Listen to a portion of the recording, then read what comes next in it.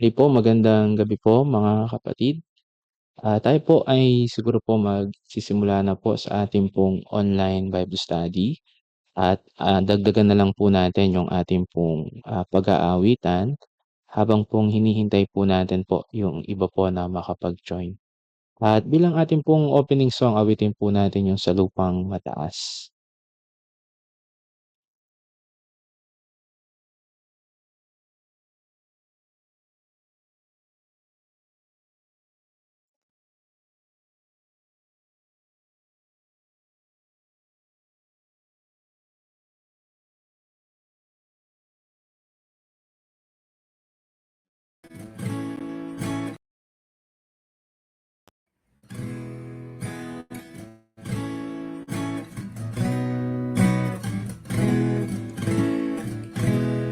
Buhay ko'y umaakyat bawat araw, isang taas, dalangin ko'y walang likas. Diyos sa langit ay ilipat, buhatin mo at itatag ang paa ko sa mataas, kaysa kahapon na tuklas, hanggang sa langit ayaw kong laging may takot at alinlangan ang loob. Kung ang iba'y di antupon, ang nais ko ay tumayo. Buhatin mo at itatag ang paa ko sa mataas, kaysa kahapon na tuklas, hanggang sa langit tumakas. Ang aking ibig tirahan, itaas na sanlibutan, kahit tukso'y lumagsama, pag-asa ko'y di bubuwag. Buhatin mo at itatag ang paa ko sa mataas, kaysa kahapon na tuklas, hanggang sa langit tumakas. Ang karurukay nais ko na maabot hanggang dulo, hindi magtutugot ako hanggat di mapagkay Kristo. Buhatin mo at itatag ang paa ko sa mataas, kaysa kahapon na tuklas, hanggang sa langit tumakas.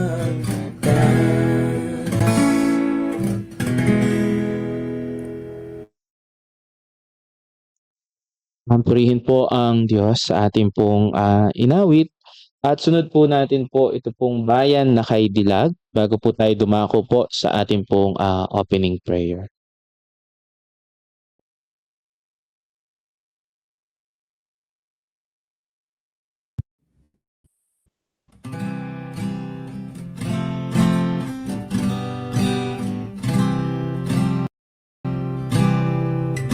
Isang lupaing kainam na ngayon'y ating tinatanaw, at doon tayo'y hinihintay ang Ama nating mapagmahal.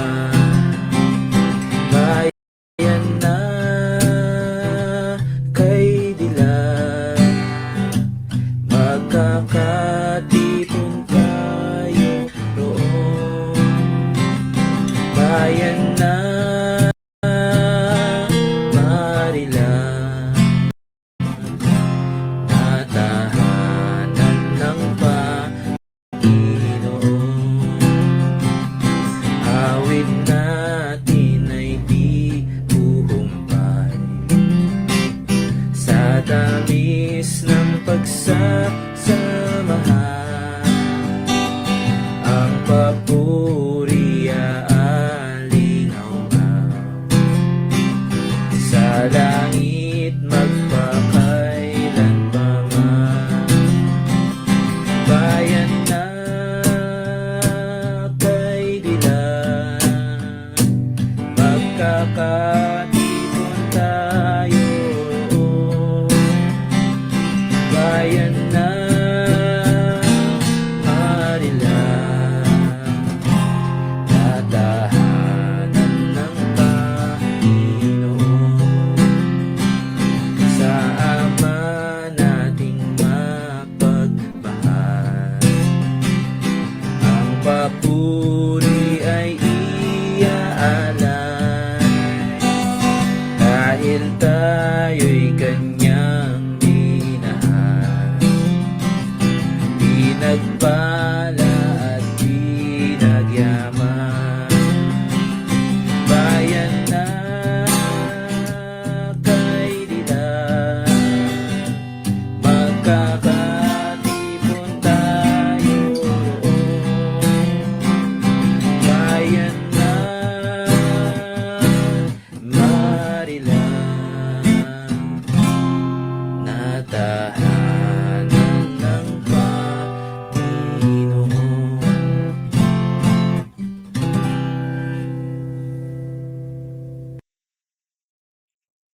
Purihin po ang Diyos sa atin pong mga inawit, at ngayon po tayo po ay manalangin. Ama namin Diyos na dakila, banal at makapangyarihan sa lahat, patuloy po Ama na kami po ay nagpapasalamat po sa mabiyayang gabi na pinagkaloob niyo pong muli sa amin para po sa amin pong online Bible study. At patuloy din po Ama ang dalangin po namin, ang inyo pong patnubay sa amin pong pakikinig muli ng inyo pong mga salita, nang sa gayon po patuloy po ang mga bagay po na amin pong napapakinggan, napag-aaralan po ay hindi lamang ito maging kaalaman po sa amin, kundi ito po ay maisabuhay po namin. At ito po ay tunay po na maging kalakasan po, at ganoon din po gabay po ng amin pong pamumuhay bilang mga mananampalataya. Ganoon din po patuloy ang dalangin po namin ng Banal na Espiritu ang tumulong po sa bawat isa po sa amin, bagamat po physically po hindi po kami magkakasama. Kayo po ang inaasahan po namin na mag-iingat po sa mga tahanan po namin, sa amin pong mga makikinig, patnubayan niyo po kami pangunahan, at yun din po sa inyong pong anak na gagamitin po na maghahayag po ng inyong pong mga salita. Dalangin din po namin ang mga kapatid po na wala pa po at hindi pa po nakapag-join sa amin pong Google Meet. Patnubayan niyo po at nawa ang oras po na ito ay maging pagpapala po sa bawat isa at madaluhan po ng mga kapatiran. Patnubayan niyo po kami at ito po ay amin pong patuloy na pinagkakatiwala at hinihiling sa matamis na pangalan lang po na ipong bugtong na anak na si Kristo Jesus. Amen. Muli po, magandang gabi po sa ating pong lahat. At nakikita ko pa po na wala pa po yung ilan po sa mga kapatid at hindi pa po nakapag-join. Siguro po minsan pa po tayong umawit bilang paghahanda po sa ating pong pakikinig ng mga salita po ng Diyos. Malasyo sa kaitaasan, awitin po natin.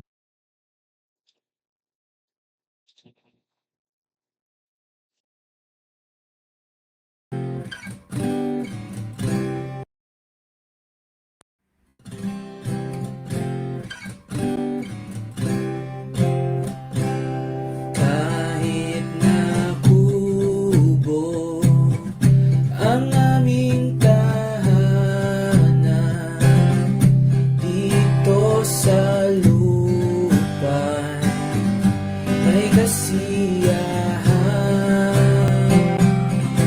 pagkat sa langit ay naghihintay na kaharian ditong lantan.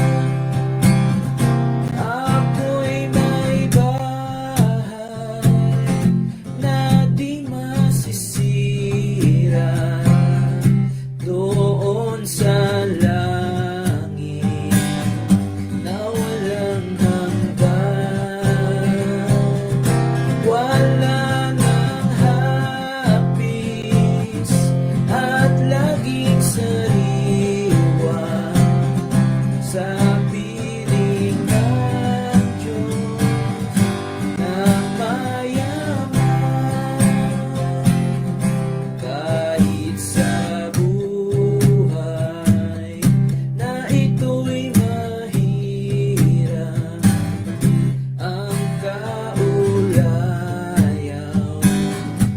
ay usat saklap, walang sarili, tirahan tiyan doon sa langit. Ako'y may lahat, ako'y may bahay na di masisira doon sa langit na walang hanggan. Wala ng hapis at laging sariwa sa piling ng Diyos na mayaman. Huwag maawa sa kalagayan ko, pagkat sa langit ang aking dugo, pansamantala naglalakbay dito hanggang humantong sa palasyo. Ako'y may bahay na di masisira doon sa langit na walang hanggan. Wala ng hapis at laging sariwa sa piling ng Diyos na mayaman.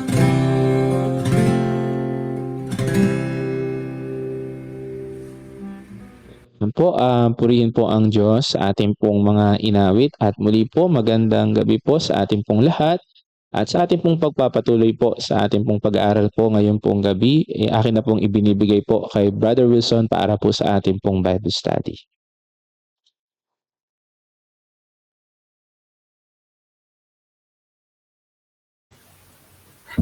Magandang gabi po sa ating lahat mga kapatid at salamat po sa Panginoon. Bagamat tayo po ay physically ay magkakalayo, ay patuloy po na tayo po ay nakakatupad o nakakaganap sa mga gawaing pang-iglesia tulad po ng ating Bible study online. Kaya isa po itong biyaya po sa atin. Hindi na po kailangan tayong lumabas pa sa ating mga tahanan para ating pong magampanan ang mga gawaing pang-iglesia tulad po ng pag-aaral ng salita ng Diyos. At kung di po ako nagkakamali sa nagdaang pag-aaral po natin, ay tinatalakay po natin ang tungkol sa evangelism. Sapagkat ito ay isa sa mga pangunahing function, gawain ng isang iglesia, ang ipalaganap ang mensahe ng magandang balita. At nung nagdaan po, kung di rin po ako nagkakamali, ay atin pong natalakay yung kahulugan ng salitang evangelism at natalakay din po natin yung mahalagang mensahe kung saan nakasentro po ang pag-iebanghelyo o pag-share ng gospel. Ito po ay nakasentro sa kamatayan at muling pagkabuhay ng ating Panginoon na siya pong nagbigay ng kaligtasan sa isang taong makasalanan na patungo sa walang hanggang kaparusahan sa pamamagitan ng pananampalataya sa mensaheng ito. Kaya very powerful po itong message ng gospel o yung ebanghelyo. At salamat sa Diyos ipinagkatiwala po niya ang mensahe na yan, hindi po sa kanyang mga anghel, kundi sa atin po na mga tunay na sumampalataya at tunay na nagtamo ng kaligtasan. At natalakay din po natin nung nakaraan yung tatlo na katotohanan bakit kailangan po tayong makibahagi o mag-involve o bakit kailangan po nating gawin yung evangelism o yung pag-iebanghelyo. Natalakay po natin, una, kailangan po tayong makibahagi sa gawain ito sapagkat ito po ay iniutos ng Panginoon. Nakita po natin sa ating pag-aaral po nung nakaraan sa Marcos chapter 16 verse 15, bago po umakyat sa langit ang ating Panginoon, pagkatapos po na siya ay mabuhay mula sa mga patay, iniutos po niya yung bagay na ito sa Marcos chapter 16 verse 15, kung saan sinasabi niya na humayo kayo at ipangaral ang magandang balita. Sabi niya, sinabi niya sa kanila, magsiyaon kayo sa buong sanlibutan at inyong ipangaral ang ebanghelyo sa lahat ng tinapal. Kaya naman ang mga ilang alagad ay naging matapat sa gawain ito ng pangangaral ng ebanghelyo. Nakita po natin na worldwide ang kanilang misyon at yan ay naisakatuparan dahil po sa pagsama rin naman ng Panginoon, sapagkat ang utos na ito ay may kalakip na pangako na ang Panginoon ay sasamahan niya ang kanyang mga alagad hanggang sa katapusan ng mundo. Mababasa naman po natin yon, same event sa Matthew 28 po, verse 19 hanggang sa mga sumusunod. At pangalawa, na kung natatandaan ko rin po na bakit kailangan po nating ipangaral, bakit kailangan po nating i-share ang magandang balita o ang ebanghelyo o ang good news sa ibang mga tao. Una, sapagkat ito inutos ng Diyos. At napakaliwanag na kung mahal natin ang Panginoon, ito ay ating tutuparin. Kaya sabi doon sa John 14:15, if you love me, obey my commandments. Kung mahal nyo ako, ang sabi ng Panginoon ay, kung ako'y inyong iniibig, ay tutuparin ninyo ang aking mga utos. At dito sa bahaging ito, ang Panginoon din ay nagsabi na siya ay dadalangin sa Ama at bibigyan niya ng ibang mga aliw, no? Ang tinutukoy dito ay ang Holy Spirit. Sapagkat bahagi ng ating pagbabahagi ng magandang balita, ito ay hindi natin makukuha po sa ating sariling karunungan, sa ating sariling kaparaanan. Ito ay sa pangunguna din ng Panginoon at sa kapangyarihan ng Espiritu Santo. Kaya nga po sinabi din po niya dito sa Gawa, makikita natin, verse 8, chapter 1, verse 8, sinasabi po rito na datapwat tatanggapin ninyo ang kapangyarihan pagdating sa inyo ng Espiritu Santo at kayo magiging mga saksi ko sa Jerusalem at sa buong Judea at Samaria at hanggang sa kahuli-huliang hangganan ng lupa. Ang Espiritu Santo po na ating tinanggap ay, sabi po rito, siya ay kapangyarihan, no? Una, kapangyarihan na para matransform ang ating buhay. Ito ay sa pamagitan din ng kapangyarihan ng Espiritu Santo. At yung karunungan din na ipagkakalob sa atin sa panahon na pagka tayo po ay nag-share ng gospel, ito rin ay work ng Holy Spirit. Kaya napakahalaga na sa ating pag-share ng gospel ay magtiwala tayo at isaalang-alang natin ang pagkilos ng Espiritu Santo. Sapagkat ang Espiritu Santo ay kikilos sa nag-share at doon sa sinasharean. Tandaan po natin yon. Kaya huwag tayong matakot. Sabi nga,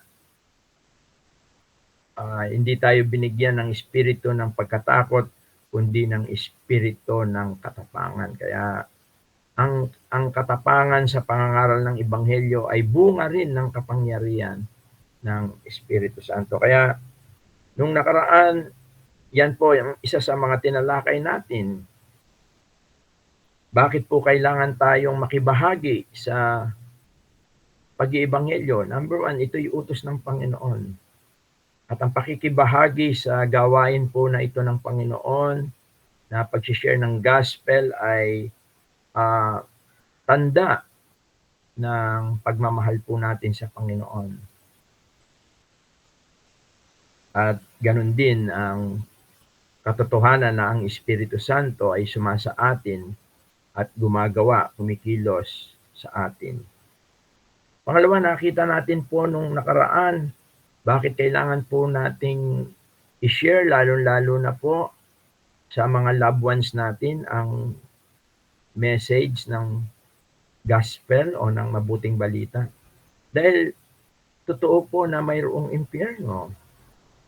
Maliwanag na ang Panginoon po, ang mismong, sa Kanya po mismo nang galing, na mayroon pong impyerno. Bagamat ang impyerno ay ginawa para sa dyablo at sa kanyang mga kampon sa Matthew 25 verse 41, subalit ito rin ang kasasapitan ng mga tao na o ng isang makasalanan. At alam natin na ang impyerno,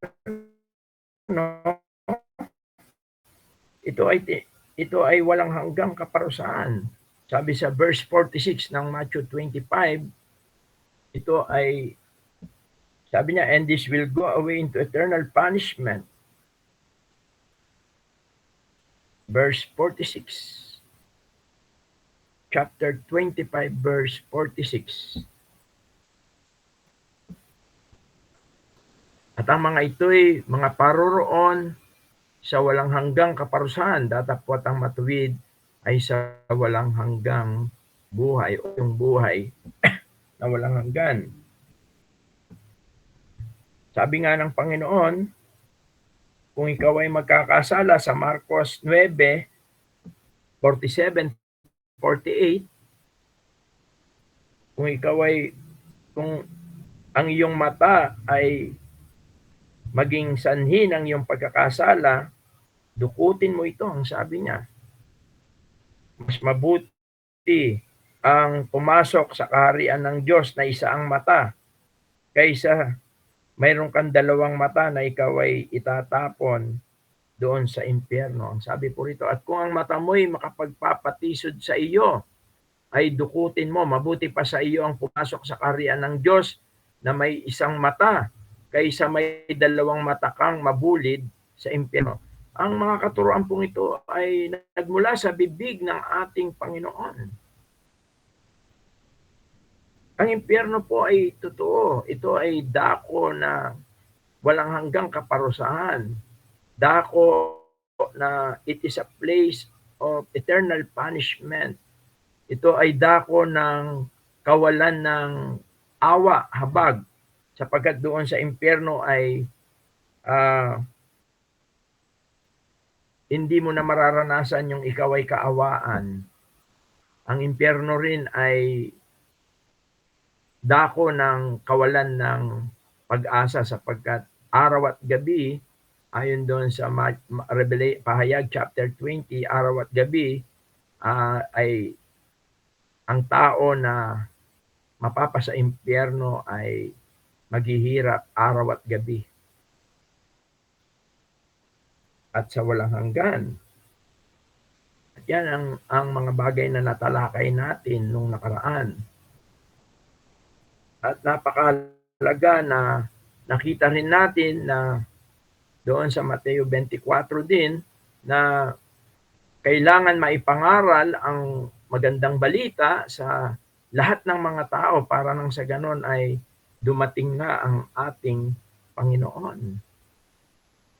At ngayon ay pagpapatuloy natin yung mga dahilan bakit kailangan tayong makibahagi bilang mga sumampalataya, bilang mga naligtas, bilang mga tumanggap sa Panginoon. Isang napakalaking biyaya na ating natamo. At ako'y naniniwala na ang bawat isa po sa atin na tunay na nakasumpong ng biyayang kaligtasan sa pamamagitan ng pananampalataya sa mensahe ng magandang balita, ako'y naniniwala na ang bawat isa sa atin ay mayroong ginamit ang Panginoon. Maaring yan ay kaibigan, kakilala, mahal sa buhay, o kung minsan kahit hindi po natin kakilala, ay ginagamit sila ng Panginoon para madatnan tayo ng napakahalagang mensahe na ito. At nang sa ganon ay makilala natin na tayo makasalanan at tayo papunta sa walang hanggang kaparusahan. Yan ay isang biyaya sa atin.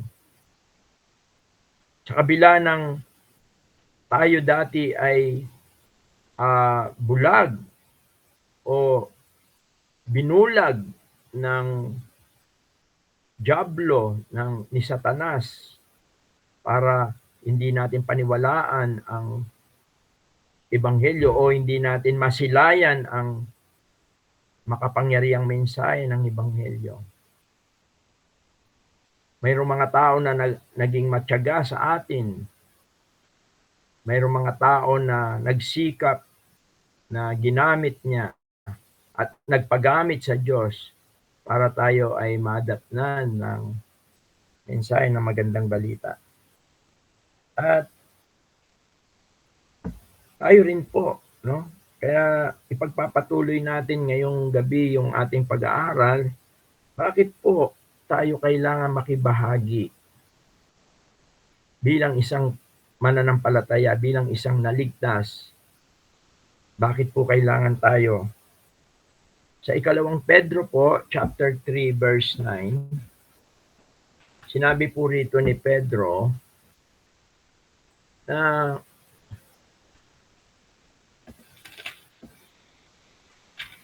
kung titingnan po natin, napakaganda po ng kalooban ng Diyos para sa lahat ng tao. Sabi po rito sa 2 Peter chapter 3 verse 9, sabi niya, hindi mapagpaliban ng Panginoon tungkol sa kanyang pangako. Ito po yung muling pagbabalik ng Panginoon para kunin po niya ang lahat ng mga sumampalataya. Yung tinatawag na rapture, sa panahon po na yan, yung mga namatay na mga believer, na yung kanilang mga kaluluwa ay nandun na sa kanyang kaharian, sa pagdating niyang muli, magkakaroon sila ng tinatawag na glorified body. No? Kaya babangon muli, magkakaroon ng buhay uli, at yung mga nabubuhay ay mapapalitan yung katawan, glorified body, yung katawan po tulad ng sa ating Panginoon na hindi na nagkakasala, hindi na nagkakasakit, hindi na namamatay, no? Yung tinatawag na glorified body, o minsan yung mga nangangaral, sinasabi nila na katawang panlangit, kasi ito pong katawan natin hindi po pwede sa langit dahil ito po ay makasalanan. Pero ang sinabi po, sabi niya, hindi mapagpaliban ng Panginoon tungkol sa kanyang pangako na ganang pagpapalibang ipinapalagay ng iba. Kasi yung iba po parang tingin nila hindi na mangyayari yung dating Panginoon eh. Dahil nga matagal na niya na pong ipinangako yon, Pero sinasabi rin naman dito sa mga talata rito, sa unang talata, na ang 1,000 taon ay maaaring isang araw lang sa Panginoon, at ang isang araw sa Panginoon ay maaaring 1,000 taon sa atin. Pero ang gusto ko pong makita natin dito, ang sabi niya na hindi niya ibig na sino man ay mapahamak, kundi ang lahat ay magsipagsisi o maligtas. Kung titingnan po natin, isa po sa kalooban ng Diyos, kaya nga inialay niya ang pinakamamahal niyang anak na si Jesus. Hinayaan niya na siya ay maghirap, mamatay doon sa krus at muling mabuhay, sapagkat ang Diyos ay, ang nais niya lahat ay maligtas. Ayaw niya na mapahamak. Kaya bagamat ang tao ay makasalanan, ang Diyos ay galit siya sa kasalanan, pero mahal niya yung tao na kanyang nilalang. At gusto niya ito na dumating sa point na magsisi at makilala ang Panginoon. Yan yung reason bakit hindi pa po marahil dumarating ang Panginoon. Binibigyan niya ng opportunity yung mga mahal natin sa buhay, mga kaibigan natin, mga kakilala natin. At walang ibang gagamitin ng Panginoong Diyos para sa kanila, kundi tayo na mga nakakilala sa Panginoon, tayo na mga nakasumpong ng biyayang kaligtasan, tayo na mga naliwanagan sa kapangyarihan ng mensahe ng magandang balita. Tayo po ang gagamitin ng Panginoon sa kanila. Kaya kung hindi po natin kung titingnan natin, ginawa na po ng Diyos ang kanyang bahagi para sa pagnanais niya na maligtas ang lahat ng tao o ang mga tao. Ginawa niya na po yung bahagi niya. Ano po yung ginawa niya? Isinakripisyo niya. Inialay niya ang kanyang bugtong na anak. At ang reason niyan, ang dahilan niyan ay dahil sa kanyang napakalaking pagmamahal sa kanyang taong nilalang. Kaya yung salita sa English ng John 3:16, alam niyo napakalalim po nun yung salitang for God so loved the world. Malalim po yun. Sapagkat hindi mo ma-imagine yung kung gaano kalaki ang pagmamahal ng Diyos. For God so loved the world. Ang tinutukoy niya pong word dito, hindi yung mundo, kundi yung lahat ng mga tao. Anumang lahi. At para mapatunayan niya yung pagmamahal na yan, ang sabi niya, that He gave His only begotten Son. At yun na yung ating Panginoon. Yun yung hinayaan niyang naghihirap, pinahihirapan, pinaparusa ng kanyang anak hanggang sa kanyang kamatayan doon sa krus. Kaya nga ang isa sa mga sigaw ng ating Panginoon doon sa krus, sabi niya, my God, why have you forsaken me? Bakit mo ako pinabayaan? Ama, bakit mo ako pinabayaan?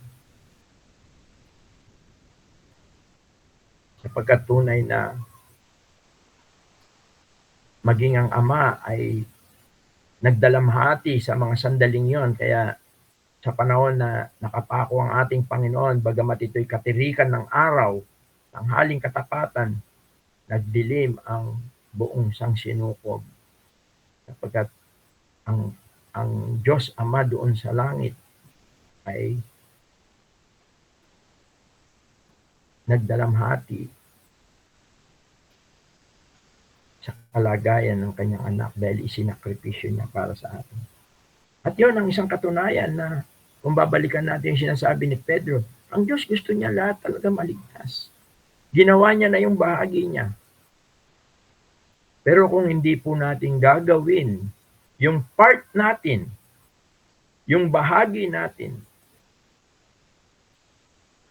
naliwanagan tayo, ipinagkaloob niya ang Espiritu Santo sa atin, maliwanag sa atin ang mensaheng ito, ang mensahe ng magandang balita, napakasimple, hindi siya mahirap unawain, hindi kailangan ng isang Kristiyano na mayroon siyang malalim na pangunawa sa Biblia, hindi na kailangan yun sapagkat napakasimple.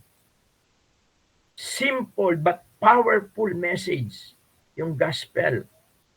Lalong-lalo na sa ating mga sumampalataya.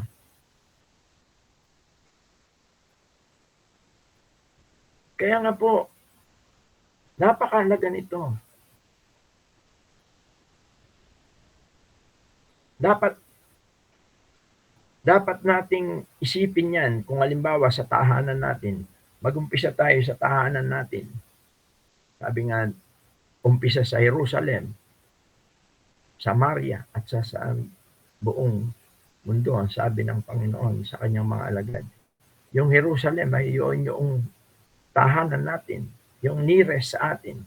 Tingnan natin sa bahay natin. Meron po ba tayong kasama sa bahay na hindi pa ligtas? Na kung siya ay papanaw, siya ay papunta sa kaparusahan? Kung meron po, siya yung mission mo. At dapat nating ilagay sa isip natin na gusto ng Diyos na siya ay maligtas. Subalit, kung hindi mo gagawin yung bahagi mo, maaaring hindi niya makamtan ang kaligtasan. Kaya, why we must share the gospel? Bakit kailangan po natin sabihin ang Ebanghelyo? At sa mga susunod natin pag-aaral, ay pag-aaralan natin yung mga pamamaraan,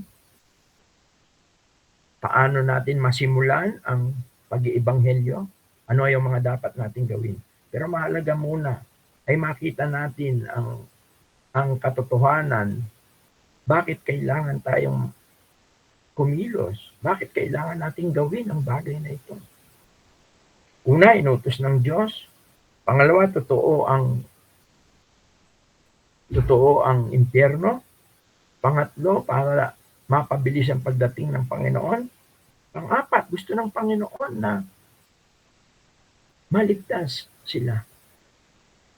Kaya nga ginawa niya yung part niya at kailangan lang po natin gawin yung part natin. Umpisa natin sa bahay natin. Pagkatapos saka natin isipin yung sa labas ng bahay natin. At yung iba pang mga tao, yung mga kaibigan natin, mga katrabaho natin, mga nagtatrabaho sa atin, o yung pinagtatrabahuan natin. Ang lahat ng yan ay gusto ng Diyos na sila'y maligtas. Maliwanag na sinasabi yan. Ang dahilan, ang reason ng delaying ng pagdating ng Panginoon ay they give them chance para sila'y magsisi, sila'y wag mapahamak. Do your part. At panlima, dito sa Roma Gs,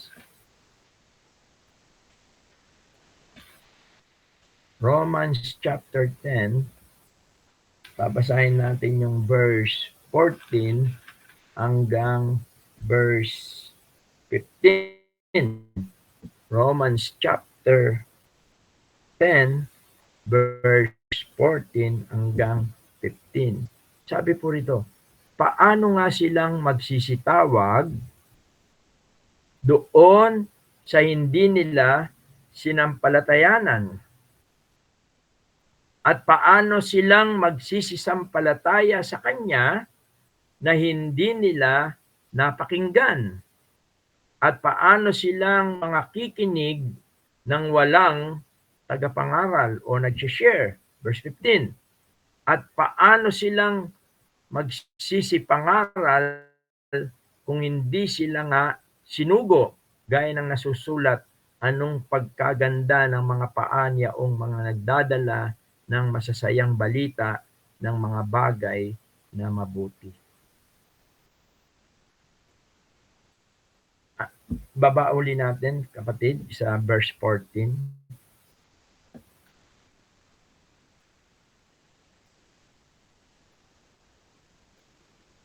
Ito ay katanungan. Ito po ay katanungan. Sabi, ang katanungan, parang nagbibigay ng logic. Paano nga silang magsisitawag doon sa hindi nila sinasampalatayanan? At paano silang magsisisampalataya sa Kanya na hindi nila napakinggan? Alam natin po na ang pananampalataya ay nagsisimula sa pakikinig. Maliwanag po yan dito sa Roma 10:17. Faith cometh from hearing. Kaya itong katanungan po na ito ni Pablo sa mga taga-Roma, sa mga Kristiyano, ang mga sinusulatan po niya rito ay mga believer na, mga Kristiyano na, at pinupukaw ni Pablo ang kanilang kaisipan sa pamamagitan ng tanong na ito. Kaya kung meron tayong kasama sa tahanan man, sa labas man o sa trabaho man, na hindi sumasampalataya. Alam naman natin po, yung mga hindi sumasampalataya, no? Yan po yung mga hindi pa talaga ligtas. Kahit sinasabi nilang sila ay sumasampalataya na. Marami pong ganon. Kahit sinasabi na nila, pero ito pong tinutukoy dito na doon sa hindi nila sinasampalatayanan, ang tinutukoy po rito yung mga hindi po ligtas ito. Yun po yung kondisyon ng mga sinasabi ni Pablo ito. Paano nga silang magsisitawag doon sa hindi nila sinasampalatayanan? Ang tinutukoy dito, hindi ito yung mga atheism, hindi yung mga hindi naniniwala sa Diyos. Ito rin ay yung mga religyoso at mga Hudyo na hindi paligtas. Yan yung tinutukoy niya. Yan yung categorize nito. Believer and not non-believer. Yun po yung mga ligtas at hindi ligtas. Tandaan natin, dalawa lang po yan. At yung mga hindi nila sinasampalatayanan, ang tinutukoy po rito yung non-believer. Yung hindi pa po talaga lubusang sumampalataya.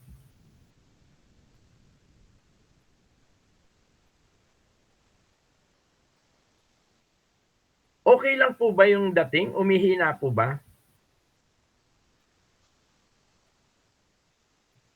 Medyo nag-i-stop po, Brother Wilson.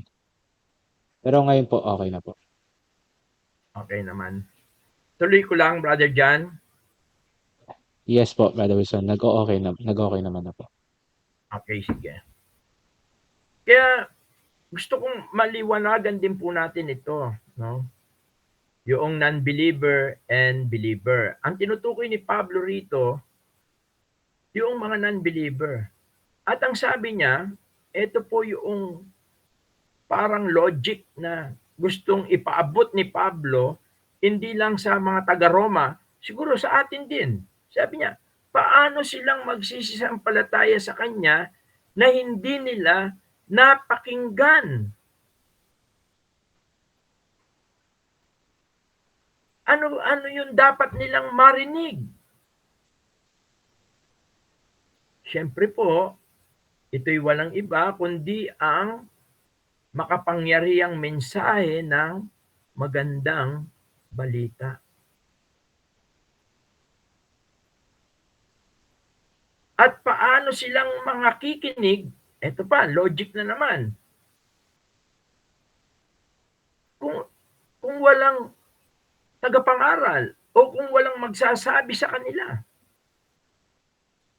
Kaya kung meron tayong kasama sa bahay o ang mga mahal natin sa buhay na sila ay non-believer pa, sila ay hindi pa ligtas, kung tanungin mo sila, kahit sinasabi nilang sila ay naniniwala, kung tanungin mo sila, kung mamamatay sila, saan sila pupunta at hindi nila alam, categorize sila na mga hindi sumasampalataya. At napakahalaga na marinig nila ang kapangyarihan ng Diyos. Kaya yun yung sinabi ni Pablo dito sa Roma 1:16. Hindi ko ikinahihiya ang magandang balita, ang ebanghelyo, sapagkat ito ang kapangyarihan ng Diyos. Alam niyo yung salitang kapangyarihan doon, dinidescribe nito yung parang yung nangyari kay Lazaro, yung kapatid ni Maria, ni Marta, sa 1 Kapitulo 11 hanggang 12. Sapagkat ito'y namatay.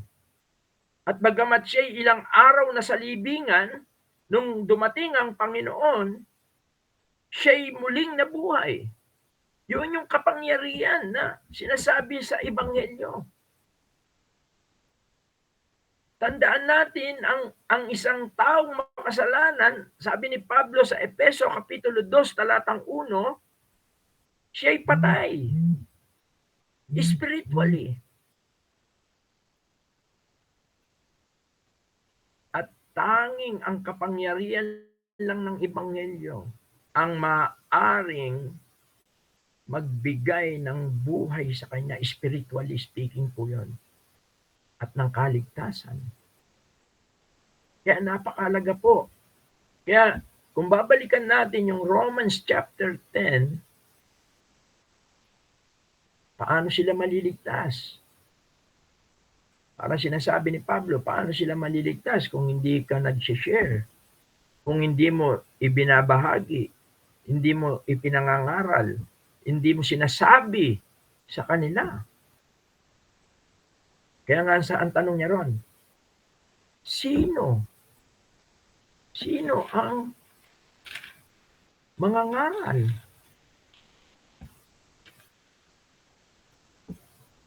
Paano silang makakapakinig ng walang tagapangaral? At sa verse 15, at paano silang magsisipangaral kung hindi sila mga sinugo, gaya ng nasusulat, anong pagkaganda ng mga paa niyaong nagdadala ng masasayang balita ng mga bagay na mabuti, verse 15. At sino po yung sinugo? Sinen. Tayo po na mga Kristiyano. Tayo po, nung una yung mga disciple, sabi niya, humayo kayo. Inutusan niya sila. They send them. Kaya nga, inialintulad ang mga alagad noon na para silang mga isinugo sa gubat na may mga asong lobo. Ganyan ang kalagayan natin. Kasi parang napakahirap mag-share. Mayroon tayong kalaban. Ano yung kalaban natin? Ano yung mga asong gubat na yon? Pag-aaralan natin po yan. Pero ang mga asong gubat na yan, yung mga maling paniniwala na mga nakatanim sa puso't isip ng mga tao. Kaya hindi po talaga madali ang mangaral. Pero ang sabi rito, napakaganda ng mga paa niya o mga nagdadala ng masayang balita. Meaning, sharing the gospel ay isa pong maganda na gawain. ang pagbabahagi ng magandang balita ay isang nakalulugod sa harapan ng Panginoon. Kaya, bakit kailangan po tayong magbahagi? Para marinig nila. Para sila ay magkaroon ng chances. At sa tulong ng Espiritu, kung sila ay maliwanagan at madiligan sila sa pamamagitan ng panalangin, para itong binhi na tatanim natin sa mga tao. Pag ito'y tumubo, ito'y nagbubunga ng kaligtasan at buhay na walang hanggan. Kaya number 1, bakit kailangan po tayo magbahagi? Sapagkat ito'y inutos ng Diyos. Totoo ang impyerno para dumating na agad ang Panginoon. Nais ng Diyos na maligtas ang lahat ng tao. At paano nila maririnig kung hindi po tayo magpapagamit sa Panginoon? Paano nila maririnig? Paano sisibol ang pananampalataya sa kanila kung hindi natin sasabihin sa kanila ang tungkol sa mensahe ng magandang balita na siyang kapangyarihan ng Diyos para sa ikaliligtas ng bawat sumasampalataya. At sa Lucas Kapitulo 10, talatang 2, isang dahilan pa bakit kailangan tayong makibahagi. Ang sabi po rito, at sinabi niya sa kanila, sa katotohanan ay marami ang aanihin. Datapwat kakaunti ang mga manggagawa. Kaya't idalangin ninyo sa Panginoon ng aanihin na magpadala siya ng manggagawa sa kanyang aanihin. Okay. Ang aanihin ay tumutukoy sa mga pananim, no? Mga pinunlaan. Ang bukid na pinunlaan ay pagka ito ay nahinog at ito ay nasa hustong gulang na, ito'y kailangan aanihin. Bakit? Sapagkat pagka hindi mo inani yung isang trigo o isang palay na matanda na, ito'y masasayang. Kaya kailangan maging alert ka. Kaya nga yung mga nagtatanim, alam nila kung kailan na yung aanihin na. Dapat ay wag mo ngayaan, hindi rin maganda na kumbaga hindi pa hinog ay aanihin mo, sayang din. Merong right time to harvest. At sinasabi rito, at sinasabi niya sa kanila, sa katotohanan ay marami ang aanihin. Maraming mga tao ang kailangan punlaan. Maraming tao ang nangangailangan ng ebanghelyo. Ang aanihin dito, ito yung maaring mga maligtas. Maraming mga tao. Maybe sa inyong barangay o sa inyo na lang street. Tingnan mo kung ilan yung mga believer. Kunti lang. At baka lahat sila ay kinakailangan punlaan at para sila ay maaring makakilala sa Panginoon. Pero ang point dito ng Panginoon, ang sabi niya, datapwat kaunti ang manggagawa. Kasi kung titingnan natin, ang mission po natin, lahat ng tao na hindi Kristiyano ay mission po natin. Isipin po natin yun. Tapos konti lang tayong mga naligtas. Makikita naman po natin sa ating grupo, sa Valenzuela o kahit sa ibang mga gawain natin, hindi naman po tayo marami. Bagamat talagang konti lang po yung maliligtas. Pero ang gusto ng Panginoon, ang lahat ay maligtas. At kung maaari ay redeem the time, samantalahin ang bawat pagkakataon.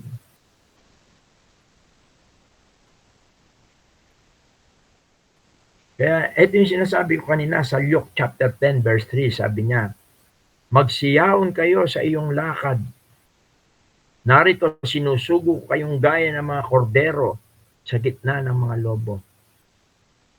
Huwag kayong magsipagdala ng supot ng salapi, ng supot man ng pagkain, ng mga pangyapak man, at huwag kayong, pakitaas nga, kapatid, at huwag kayong magsibati kanino mang tao sa daan. Ang ibig sabihin po nito, yung focus natin, hindi sa pera, hindi sa pagkain, at ang focus natin ay samantalahin yung mga pagkakataon. Kaya nga, sa mga susunod, matatalakay pa po natin to yung mga iba-ibang pamamaraan ng pag-iibanghelyo. Yan. Pero dito muna po tayo. Nangangailangan ang Panginoon ng mga lalaki at babae na may pagmamahal sa Kanya na makikibahagi sa gawain ng pag-iibanghelyo. Kaya yan pa ang isang dahilan bakit kailangan na tayo po ay makibahagi in a little way. Hindi naman kailangan tayo pumunta magmisyon sa ibang lugar o kung saan tayo dalhin ng Panginoon. Maaring ang misyon natin ay nandyan lang sa tabi-tabi. Kaya napakahalaga po na makita natin ang mga bagay po na ito.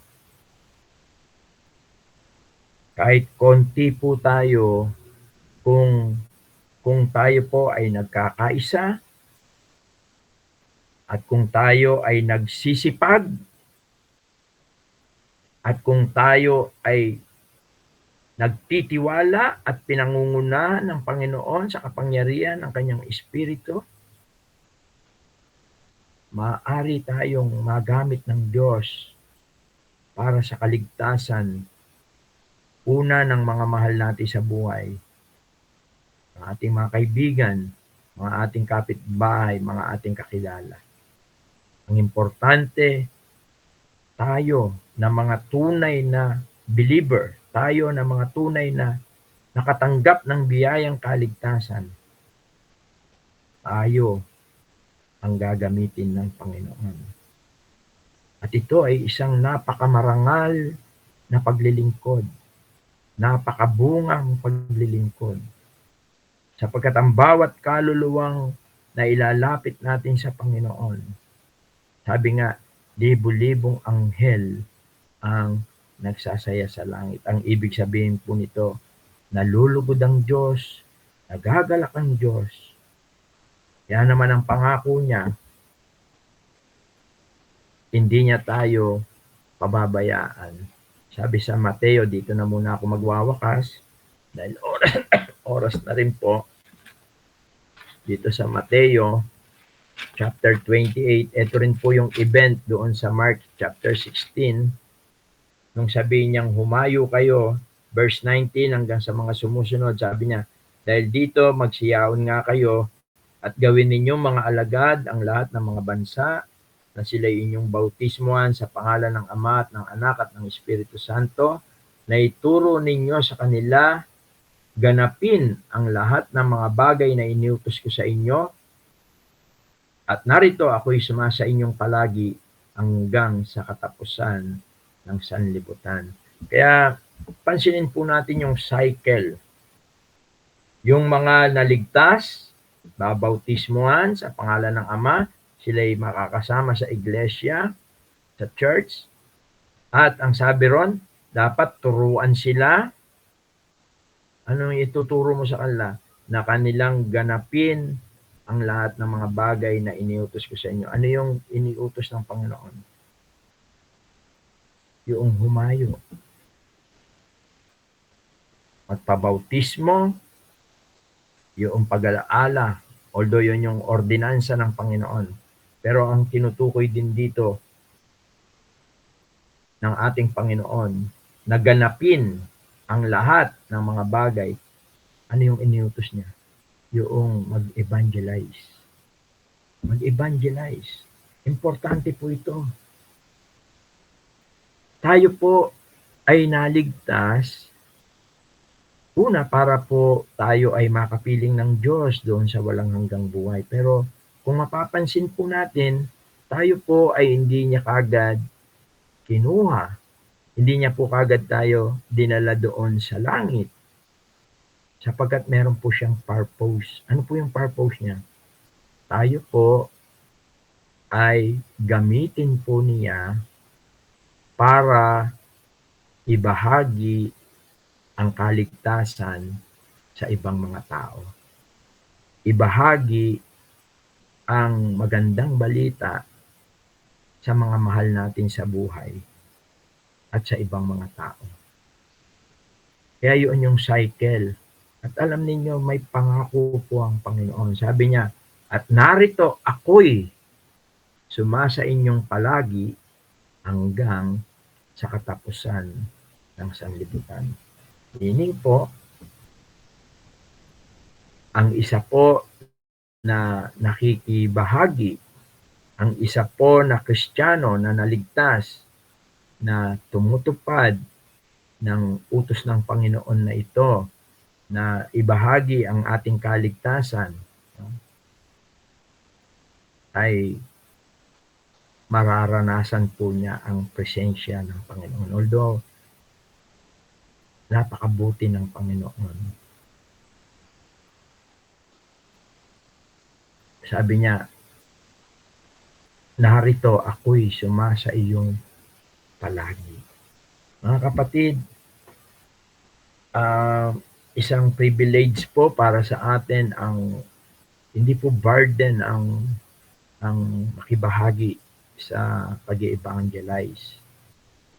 At isang privilege po ito, lagi ko sinasabi nga, hindi ito ipinagkatiwala sa mga angel, kundi ipinagkatiwala po ito, gawain na ito sa atin pong mga believer, sa ating iglesia. Pagka sinabi nating iglesia, yun po, hindi po building yon, kundi tayo po yung mga believer.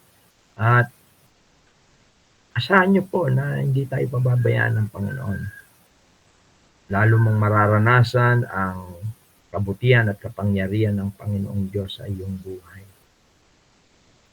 Sabi nga, Hebrews 6:10, ang Diyos ay hindi liko upang limutin ang iyong paglilingkod. At sinasabi rin ni Pablo sa unang Korinto 15, hindi mawawalan ng kabuluhan ang iyong paglilingkod. Ang tunay na paglilingkod po sa Panginoon, although maraming paraan ng paglilingkod, pero isa po ito sa mga tunay na masasabi mong ikaw ay naglilingkod sa Panginoon kapag ka ikaw ay nakiisa, nakibahagi sa pag-ebanghelyo. At sa susunod po na pag-aaralan natin yung mga methods of evangelism. Different methods, effective methods, yung mga pamamaraan po ng pag-evangelize biblically and practically. Sa susunod po, yun po ang ating tatalakayin. Kaya nung nagdaan po, natalakay natin yung definition of evangelism at yung mga ilang mga dahilan bakit kailangan po tayo makibahagi sa pag-evangelize. Ito'y utos ng Diyos. Totoo po ang impyerno at para mapabilis po ang pagdating ng Panginoon. Nais po ng Diyos ng lahat ng tao ay maligtas at kailangan po marinig ng mga tao ang ebanghelyo. Konti lang po ang manggagawa, kaya kailangan po tayong tumulong at makibahagi. At nawa po ay masumpungan ng Panginoong Diyos ang buhay natin na tayo po ay lumalahok sa pagtakbong ito. Parang i-illustrate ni Paul sa pagtakbo o makilahok po tayo sa gawaing ito at makikita natin maraming pamamaraan para po tayo ay makabahagi sa pag-iebanghelyo sa pagitan ng pag-share ng gospel. At yan po yung mga bunga na hinahanap ng Panginoon po sa atin. Tandaan natin, para tayong isang sanga na ugpong o na bahagi sa sa ubasan, no? Sa puno ng ubas, at bilang sanga ang nais ng Diyos sa atin ay magbunga. At ang bunga po na yan ay yung mga kaluluwa na atin pong nailalapit sa Panginoon sa magitan ng pag-share, pagbabahagi ng mensahe ng Ebanghelyo o ng magandang balita. Let us pray po. Ama, salamat po sa oras na muli mo pong ipinagkaloob po sa amin.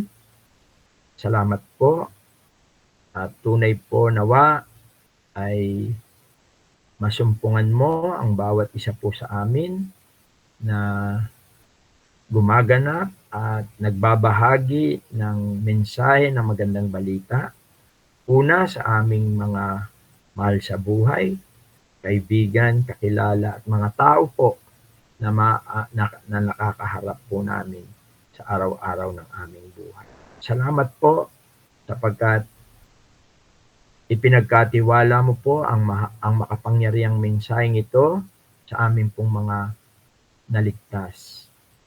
At nawa po ay patawarin mo kami kung sa tagal ng aming pananampalataya ay naging naging pabaya kami. Hindi kami nakilahok sa pag-iebanghelyo. Bagkus kami ay nasiyahan na sa pagdalo, pagpupuri, pagsamba sa iyo. Nakalimutan po namin na mayroon pang isang mahalagang layunin ng aming pagkaligtas. Ang kami po ay gamitin mo na instrumento para sa kaligtasan, una ng mga mahal namin sa buhay. Ganon din naman po ang mga tao sa aming kapaligiran. Pagpalain mo po, O Diyos, ang iyong mga salita. Pagpalain mo po ang bawat isa po sa amin. At naway masumpungan mo po kami na ibinabahagi ang mensahe ng kaligtasan. Ang lahat po ng ito, O Diyos, ay aming samot dalangin sa makapangyarihang pangalan po ng iyong bugtong na anak na si Jesus. Amen. Good evening and God bless po. At balik ko muna po sa ating MC.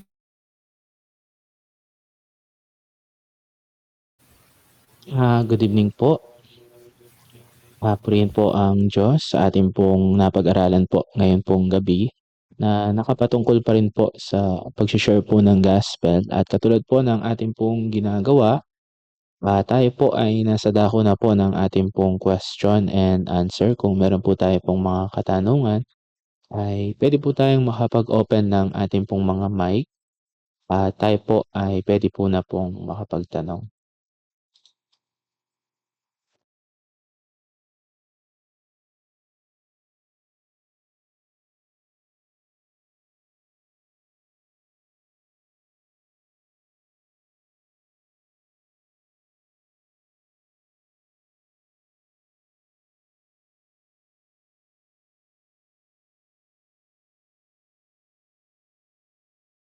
Sige po mga kapatid, kung meron po tayo pong mga katanungan, ay malaya po ang bawat isa po sa atin na makapagtanong po.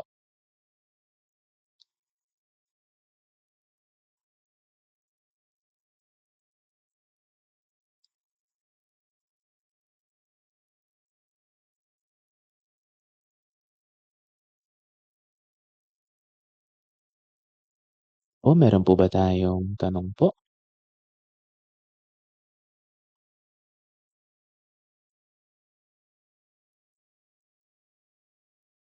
Last call po.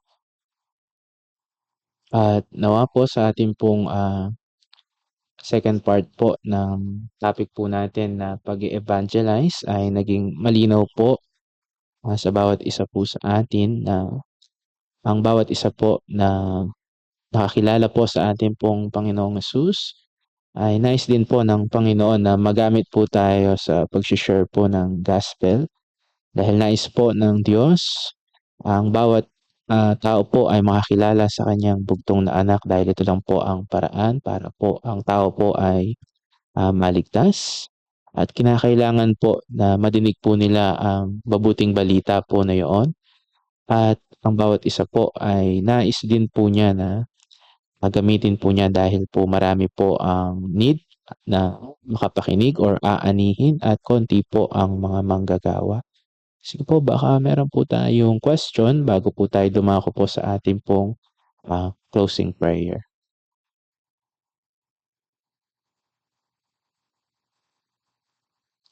Okay po, marahil po yung ating pong silence po ay naging maliwanag po ang ating pong pag-aaral. At sa ating pong pagwawakas po ay hilingin po natin kay Brother Jim na pangwakasan po tayo sa isa pong panalangin.